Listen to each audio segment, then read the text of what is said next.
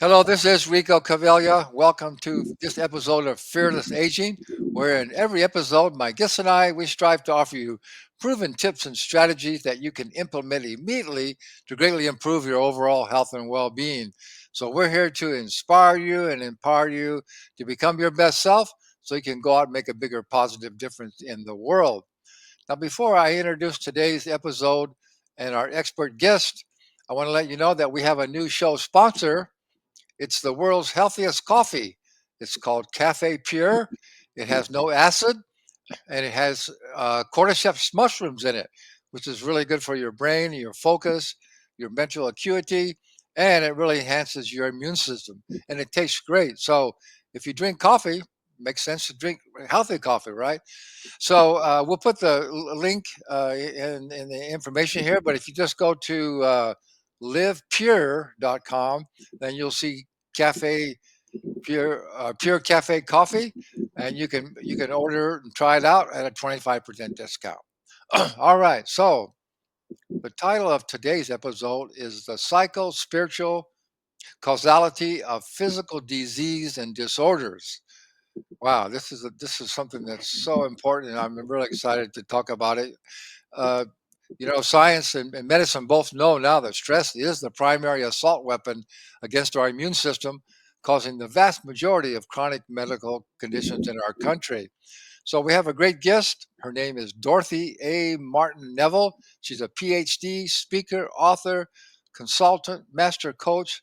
She's a psychotherapist and frequent radio and television guest and appeared in 9 countries, has been featured on OWN, New York Times, the Huffington Post, NBC, and ABC.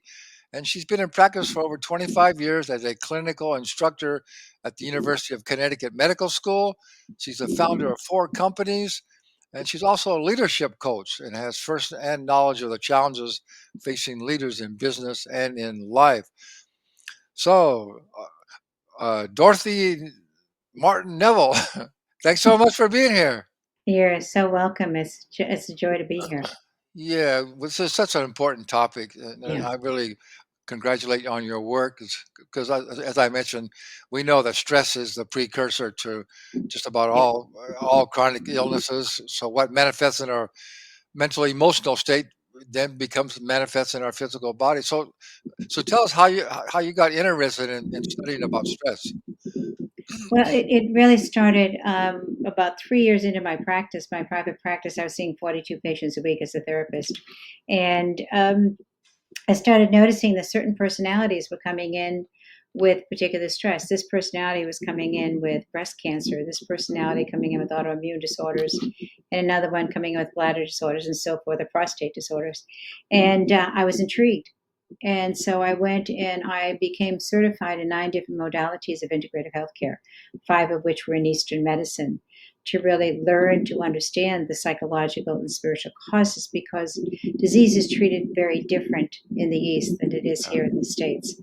And they really look at the cause rather than the symptoms. We're more focused on dealing with symptom relief than really getting to the cause of disorders. So it intrigued me. So I really did a lot of work on it and really was so impressed to discover. And then I was blessed with NIH, gave me grant funding. I received grant funding to research my work that I created with fibromyalgia patients. And from there was so much I discovered that it began a lifelong quest of looking at how particular ways of holding stress set us up to be really diseased or disordered, depending on our personality. Yeah, that's so fascinating, so interesting. Uh, I think we mentioned before when we were talking, Louise Hay was one of the Yeah. founders of this, of how certain what certain things are going on in your body, that how you relate it to your mentally emotional state. Yeah, she really took what was an thousands of years old belief in the Asian world, in the Eastern world, and translated it into something that was understandable for the Western culture. She was an amazing forerunner of this Yeah. work here in the States. Yeah, yeah.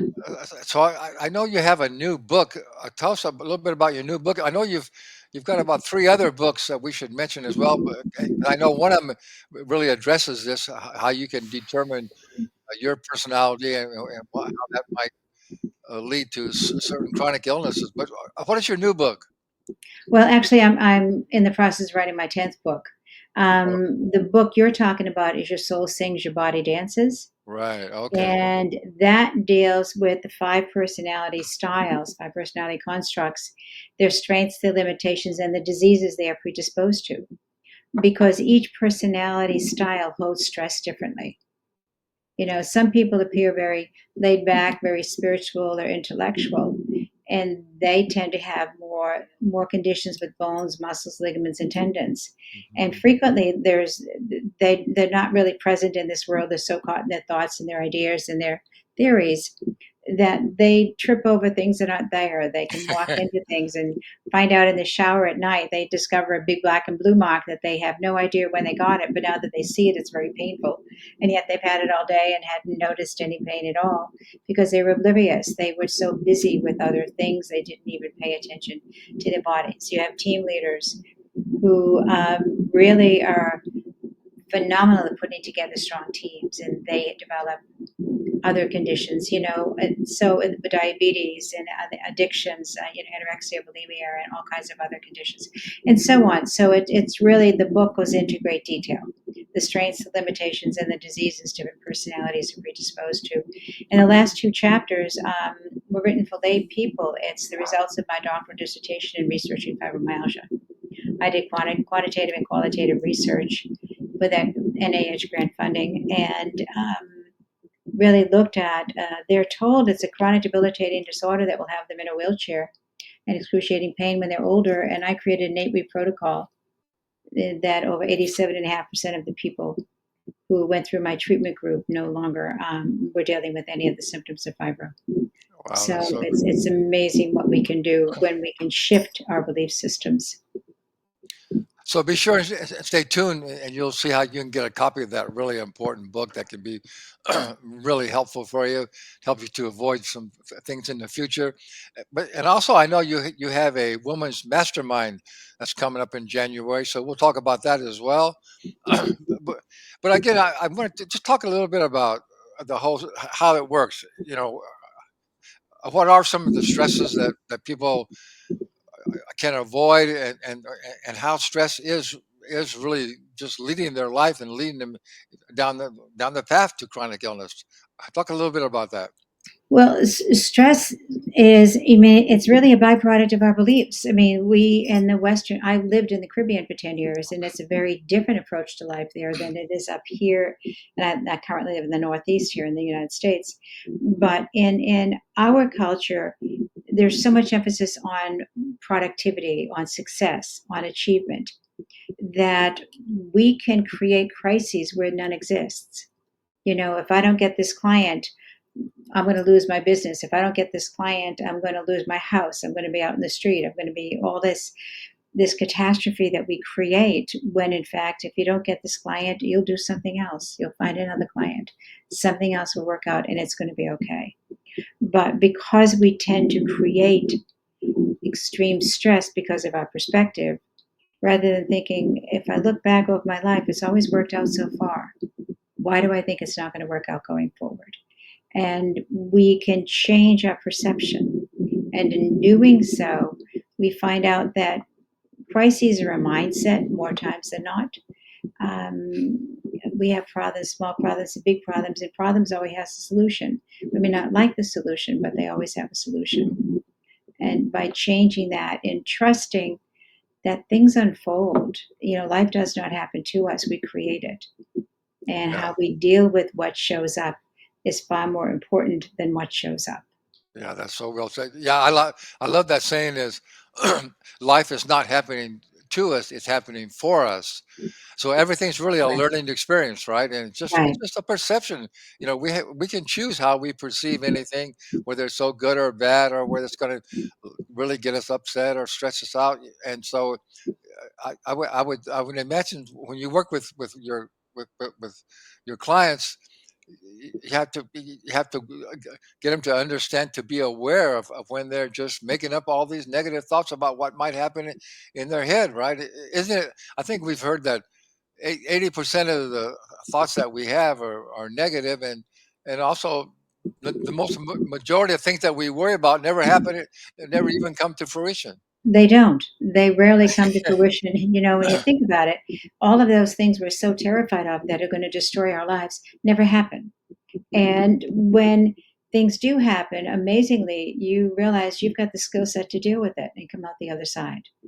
But it takes the ability to step out of the high stress in order to think clearly and find solutions to whatever shows up. But as Yeah. you said, most times what we fear most never occurs anyway. It never it doesn't really happen. It's like that.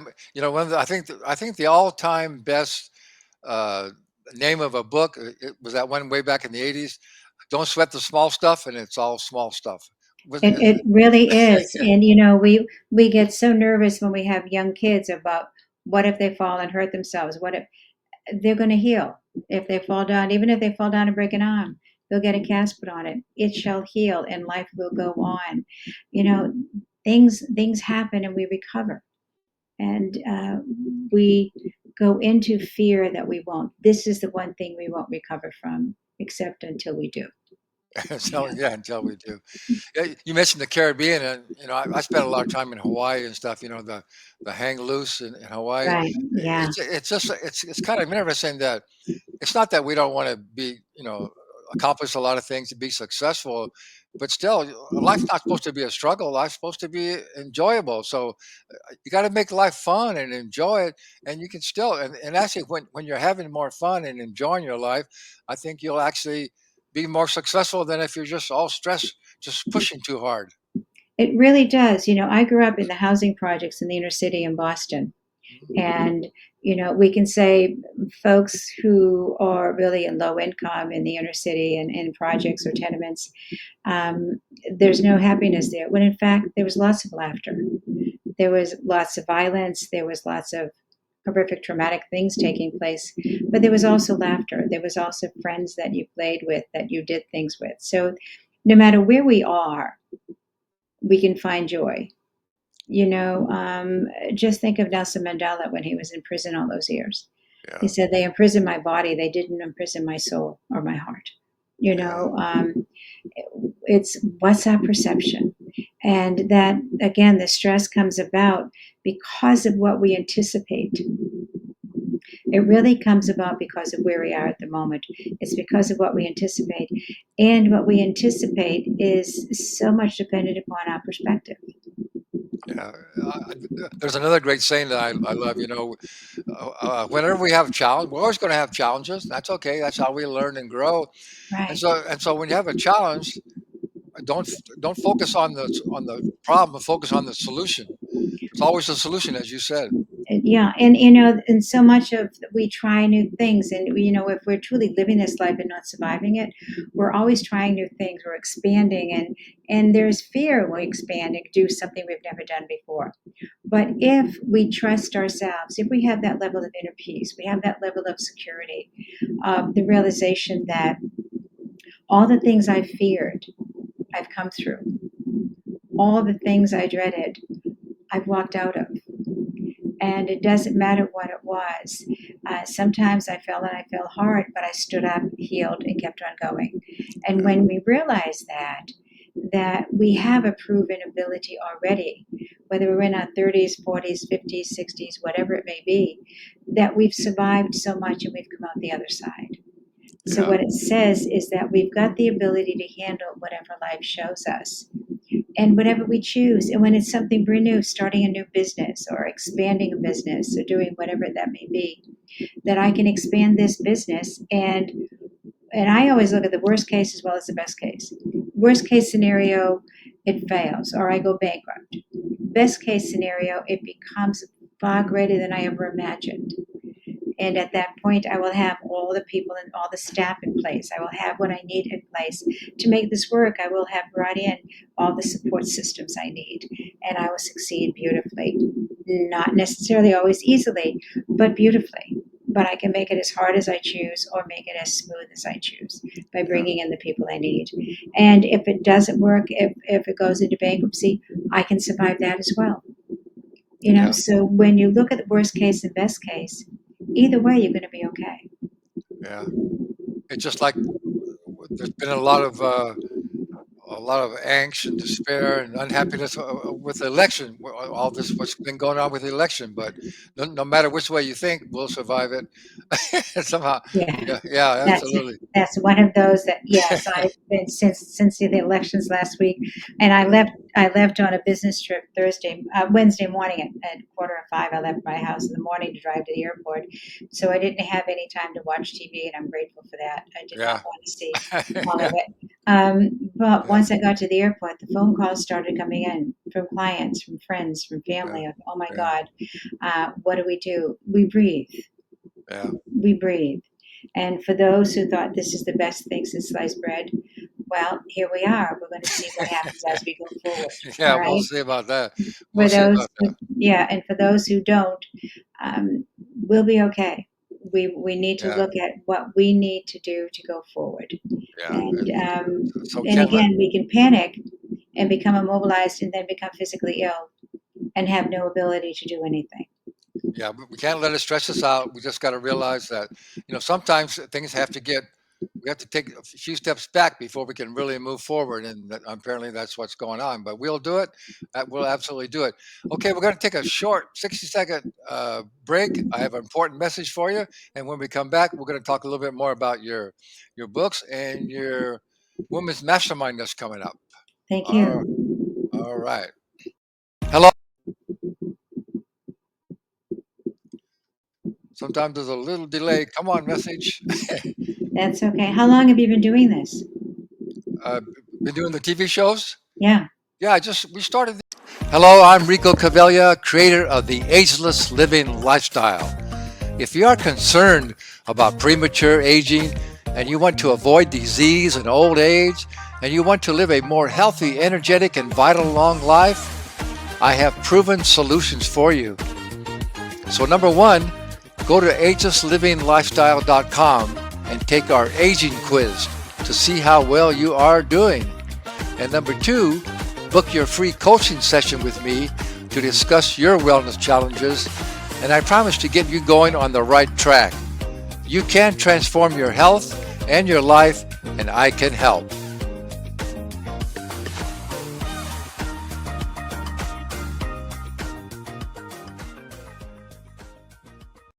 I love that title, Ageless Living, because, Thank you. we don't have to get old. I've said to my children many a time, my body may age, but I'll never be old. And they just laugh and say, Mom, you're never going to get old.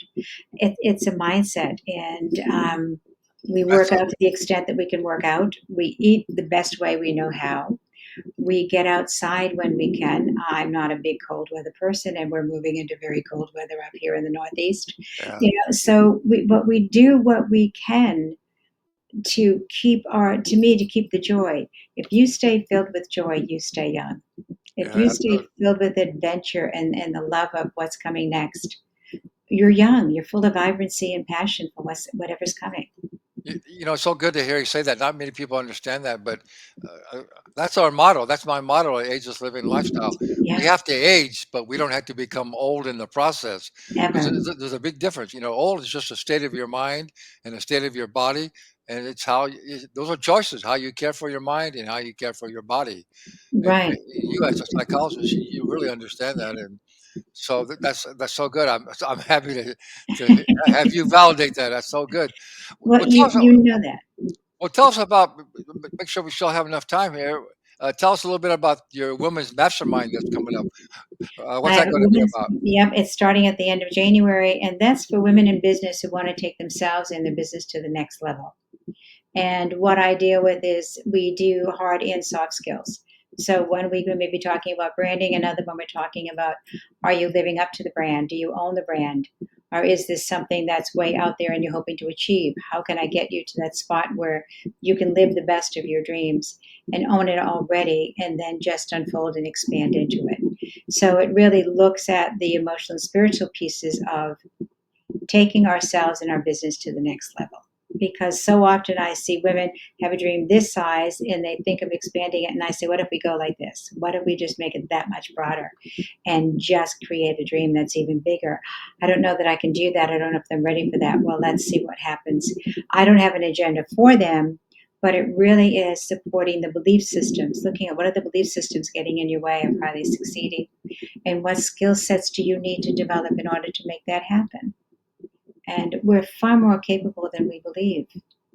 And by Yeah. doing it in a small group, there's no more than 12 women. By doing it in a small group, we really create a community where we help each other go where we need to go. And we learn from each other. Yeah, that sounds so good. So how can people find out about how they can join your mastermind? They What can can reach out to me, Dorothy at AskDrDorothy.com, Dorothy at AskDorothy.com. Yeah, we'll put that in the show. And can they find your books there also on your website? They can find 6 or 7 of my books on my website, which is AskDrDorothy.com. And they can go find some of my books there. They're also on Kindle. They're on Okay. Kindle. They're on Amazon. They can do the soft cover copies on Amazon, or they'll go to Kindle. But whatever they choose, it's all there for them. Yeah, And then, and I assume too, if somebody is interested in working with you and needs some of your psychotherapy, they could contact you there as well, right? they can do that. Yeah, what I do really do now is the coaching, and I have 6 month programs and 1 year programs. They can choose whichever one they would want to work with. But certainly, call and we can talk about that. We'll do a Zoom session, talk about it, and see which one works best for them, if any of them. And if so, it would be great to go forward. Yeah. Yeah. Well, I highly recommend you do that. You know, it's commonly known now that coaching is the surest and fastest way to achieve your goals of any kind, you know. So get a coach. Just think about Yeah. all the professional athletes and things. They have multiple coaches. They don't just go out there and see what they can do. Get yourself a coach. Most all leaders and successful people have coaches these days. So they really can make a big difference. So we've got just about 3 minutes to go. So how about give us our audience what were what are your three number one things that people, if they're feeling really stressed right now, what can they do to begin to relieve that stress?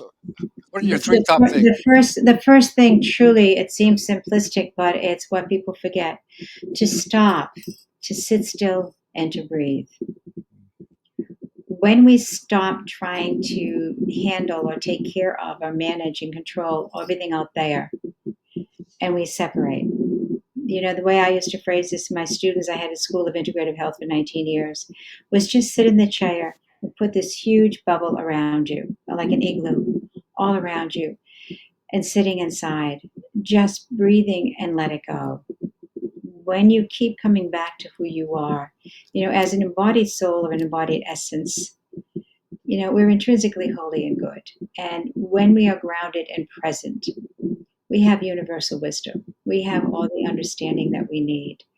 We have all the inner peace that we need to allow us to keep all of that that's outside in perspective. It's when we forget that we are the base of our journey, that we are what this is about. We forget that, and we get caught up in our lives. And what I used to say to my students frequently was, imagine you're sitting in this chair. Way over there on the other side of the room is your partner, your children, your job, your home, all the things going on in your world. That's out there. You're here.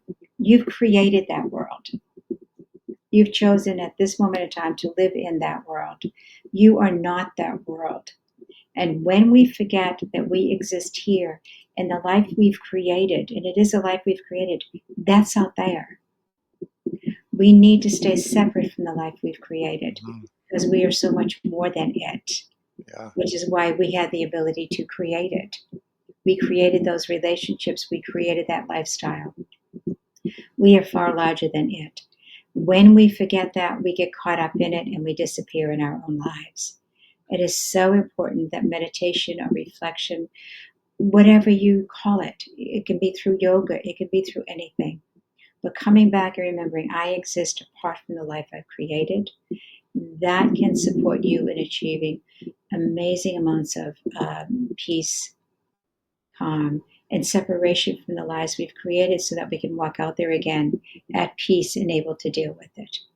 It's yeah, imperative, I believe, in order to separate from the stressors of life.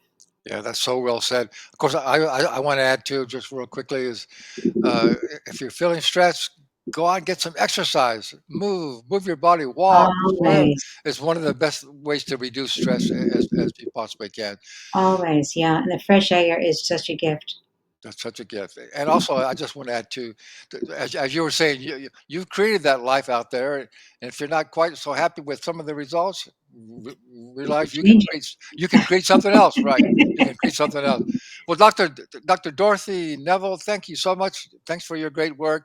Thanks for being here. And I always recommend our people, our audience, take advantage of the information, knowledge that we offer you, and contact Dorothy. She'll be a big help to you. All right, everybody, thanks so much for being here, and tell your friends about the Fearless Aging podcast.